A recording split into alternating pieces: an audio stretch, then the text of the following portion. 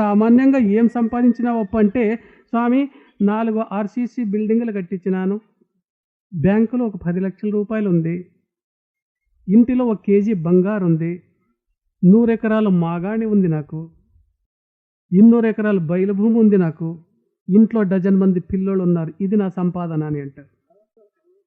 నీది కానిది, నీ వెంట రాని దానిని గురించి ఎందుకు తాపత్రయం? ఇవి నీ శాశ్వతాలా? మన ఇంట వస్తాయా?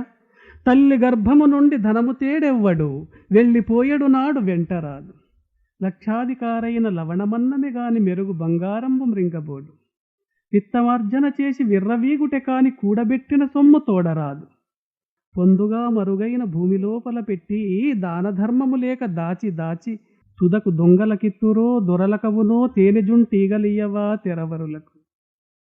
పుట్టినప్పుడు తీసుకురాలేదు, పోయేటప్పుడు తీసుకోపో, మధ్యలో వచ్చినటువంటిది. ఏమీ శాశ్వతము కాదు ప్రపంచంలో. చక్కగా ఆలోచన చేయండి. నీవు చేసినటువంటి మంచి చెడులే నీ వెంట వస్తాయి, మిగతాది ఏమీ రాదు.